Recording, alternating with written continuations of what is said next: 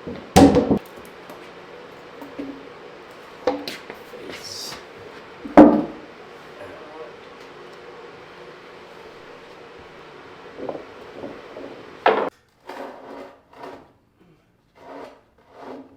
Well, can you guess what we're making in this week's video? This is going to be our first ever epoxy river table, and we're using these beautiful walnut slabs. This is actually going to be a dinette, so it's sort of a odd shape. It's 4 feet by 5 feet. But yeah, just laying everything out and seeing how this is going to go, because first time we've ever done it. And there's a lot of things that can go wrong with these, so. And we're working with epoxy, so you can't really. Yeah, that's what I mean, epoxy. Oof. Screw that up. Things can go wrong quick with that. What's first? So I built this frame that's 4 feet by 5 feet. Seems like the popular thing to do, and it's really useful actually. It lets you lay out how this is going to work with the slabs. This client doesn't actually want live edges on the side, so this thing is going to be cut square. So having this little frame here lets us lay everything out, make sure we get things cut out to where they'll fit inside of our forms correctly, and they won't have live edges exposed on the edges, just to make sure everything fits in. And we barely squeezed it in with these slabs. These slabs were absolutely made for a table this size.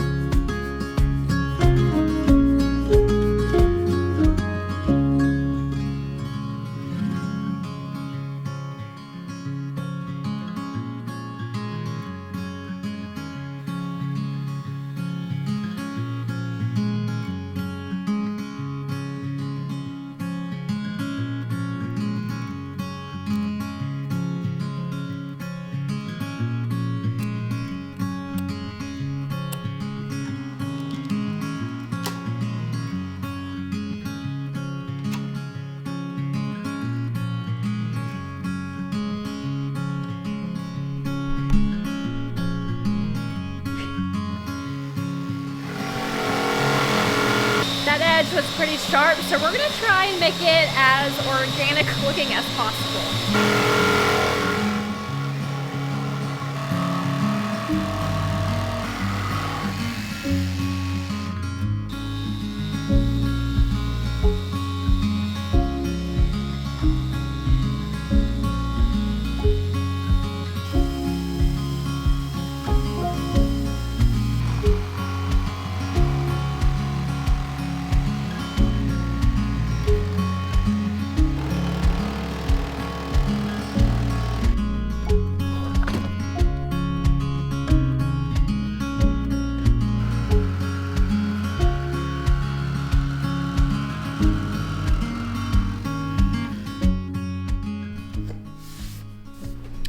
I have this section on this one slab where the corner sort of takes a nosedive.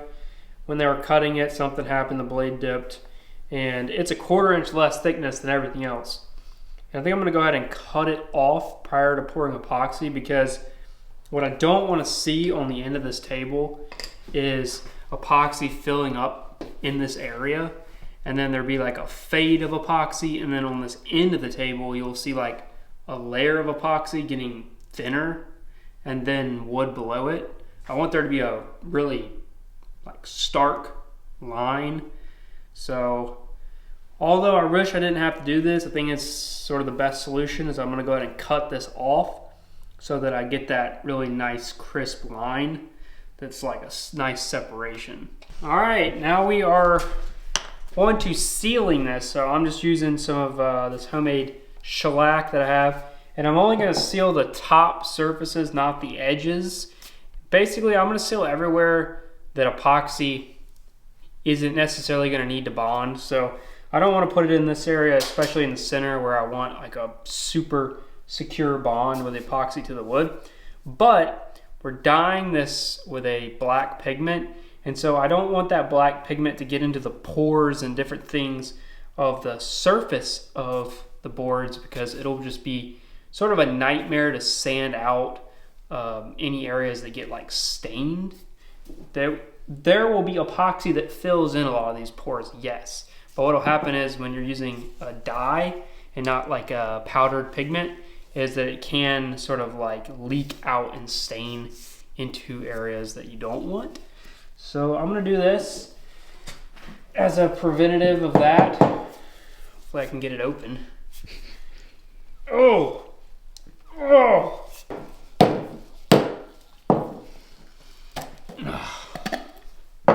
We're also going to get to see what this thing is going to kind of look like. Mm-hmm. There's a whole bunch of curling going on over here, so this is going to be really neat to see. It's really pretty. This is 80 grit sandpaper too. It's going to be even clearer than that. Actually impressed. I didn't think it was going to be that clear of grain through the center of this when it was in rough form. Get you a whiff of that. She's been in the cabinet for a little while. I've been fermenting away. Look at that. Just look at it. Just look at it.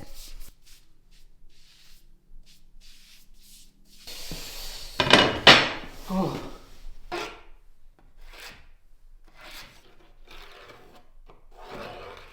Mold time. What? Mold time? What? Mold time? What's mold time? Mold time? Mold? Yeah. Alright, it's mold making time. So we're using this pre-finished 1/2 inch birch plywood just because we had a scrap that came on a pallet's worth of other plywood that we bought. And the bottom side is so torn up it's not usable for anything, but it's going to be perfect for this. So I'm going to cut this down to the exact dimensions that I want the form, and then we'll put sides around the edges instead of on top. And yeah, this plywood's 49 inches wide instead of 48, so that's also helpful. It gives us a little bit of wiggle room. So ain't nothing to it but to do it.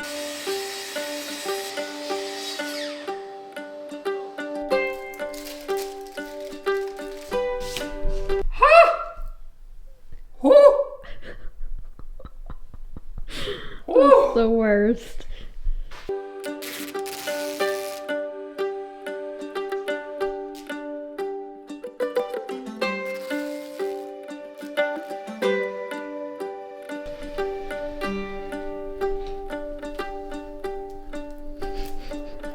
Satisfying.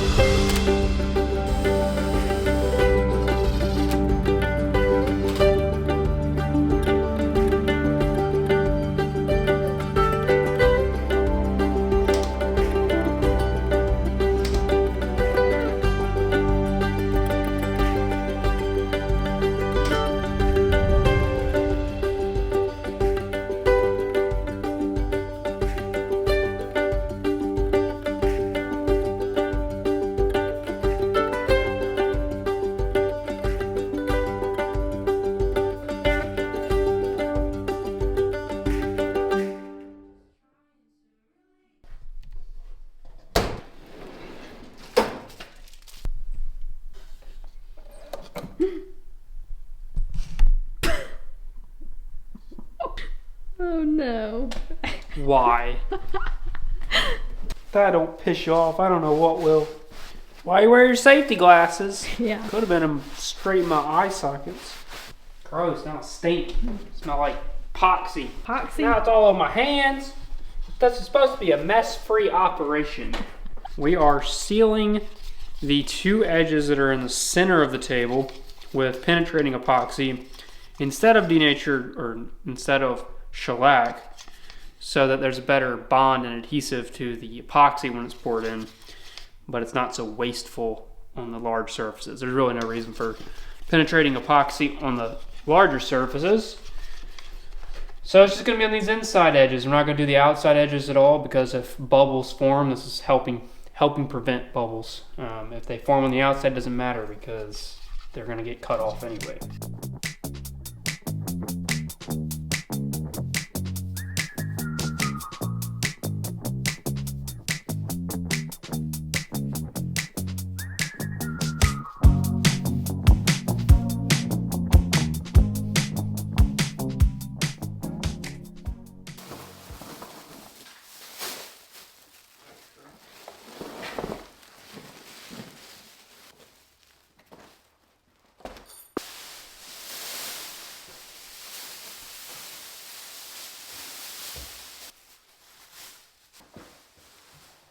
Centered.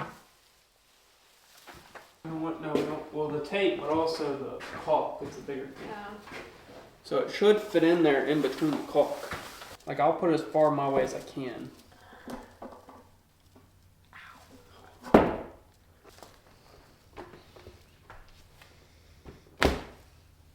Well, I just went to put this in the mold, and as you can see, this caulk, which we let cure for 2 days, is just coming right out of here. So I don't think that this caulk is going to work for this, or at least I don't trust it.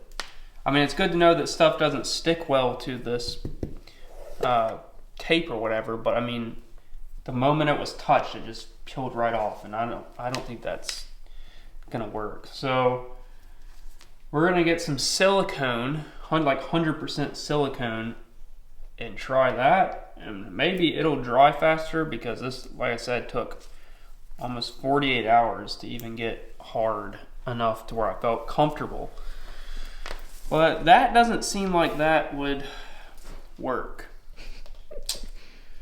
Maybe I'm wrong, but I don't want to take a chance with $1,500 worth of epoxy that this is going to work.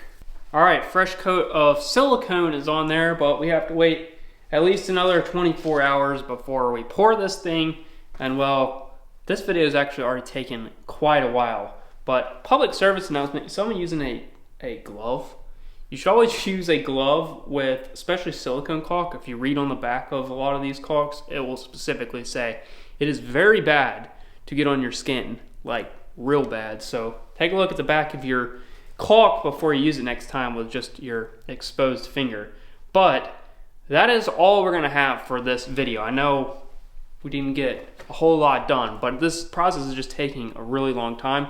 And the next video we'll have all of the slabs in here and have it poured, which is gonna take 7 days to cure. But until then, we'll see you in the next one. Peace.